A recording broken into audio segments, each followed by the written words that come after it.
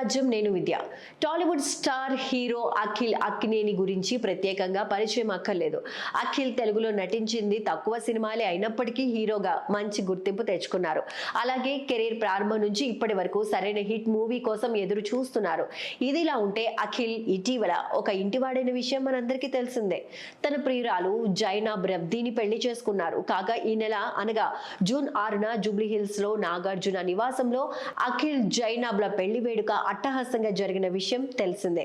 ఇరువురి కుటుంబ సభ్యులు, సన్నిహితులు, స్నేహితులు, రాజకీయ ప్రముఖులు ఈ వేడుకకు హాజరయ్యారు. ఆ తర్వాత ఈ జంట రిసెప్షన్ వేడుక కూడా గ్రాండ్ గా జరిగిన విషయం తెలిసిందే.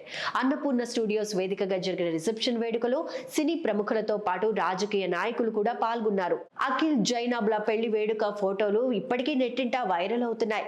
ఇదిలా ఉంటే హీరో అఖిల్ పెళ్లి తర్వాత ఇప్పటి వరకు ఎలాంటి పోస్టు చేయలేదు. కానీ మొదటిసారి పెళ్లి తర్వాత పోస్ట్ చేశారు అఖిల్.